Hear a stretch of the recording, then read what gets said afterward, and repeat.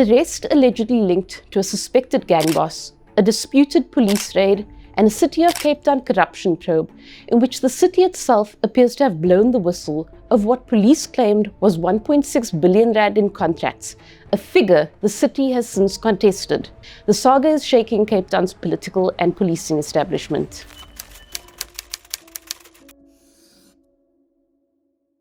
Over more than 2 years, there have been 3 sets of high-profile police raids involving the City of Cape Town. I previously told you about one of them. A court has since declared it unlawful. We'll get to this later. Now, the City of Cape Town is DA-run, while the South African Police Service, the SAPS, is a national remit widely viewed as falling under the ANC. This has previously caused political skirmishes between the two parties over policing in and around Cape Town. It's still the case today. Let's start with what happened back in March 2023.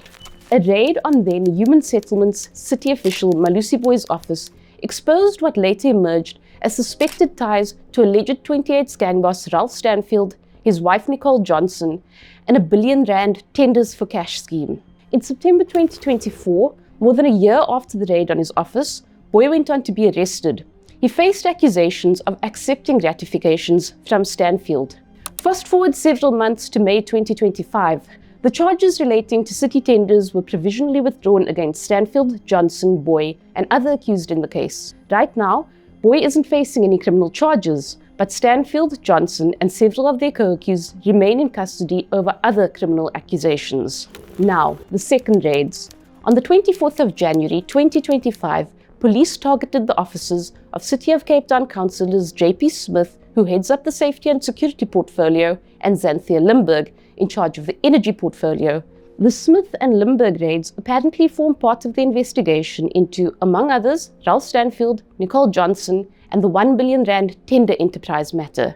At the time, Smith stated that the raids on his and Limburg's office appeared to be part of a smear campaign against him. He said he'd been tipped off about a smear campaign and a political hit squad targeting him, and claimed he'd been told that senior ANC politicians had been briefed by members of the police. Smith and Limburg legally challenged the raids. 8 months later, in September 2025, the Western Cape High Court ruled that the search warrants were invalid and unconstitutional, which adds some weight to Smith's assertions that the raids were part of a smear campaign against him.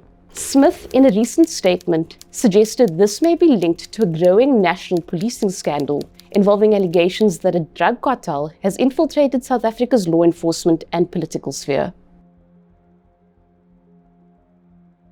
If you enjoyed this explainer, please support our journalism by becoming a Maverick Insider. You'll find details in the caption below.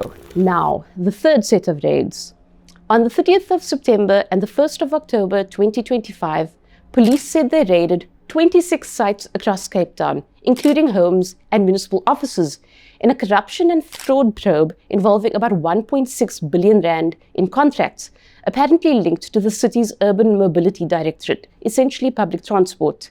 Smith and Cape Town Mayor Jordan Hill-Lewis later weighed in on the raids, highlighting more tension between the SAPS and the city. Hill-Lewis said the amount involved was far smaller than what police claimed, while Smith dismissed the figure of 1.6 billion rand in contracts under investigation as pure fantasy, saying the real value was only a fraction of that. According to police, the raids followed information from a whistleblower and preliminary investigations conducted jointly by the city and the SAPS. In response to my questions, the city said its forensic services unit acted quickly to assess and report the matter to police, in line with its zero-tolerance stance on fraud and corruption, prompting the SAPS search and seizure operation. Hill-Lewis said City Manager Lungelo Mbandazayo was the one who reported the matter to police, as he has done in previous cases. In other words, the city effectively blew the whistle on itself, prompting the police raids. So, what does all this mean?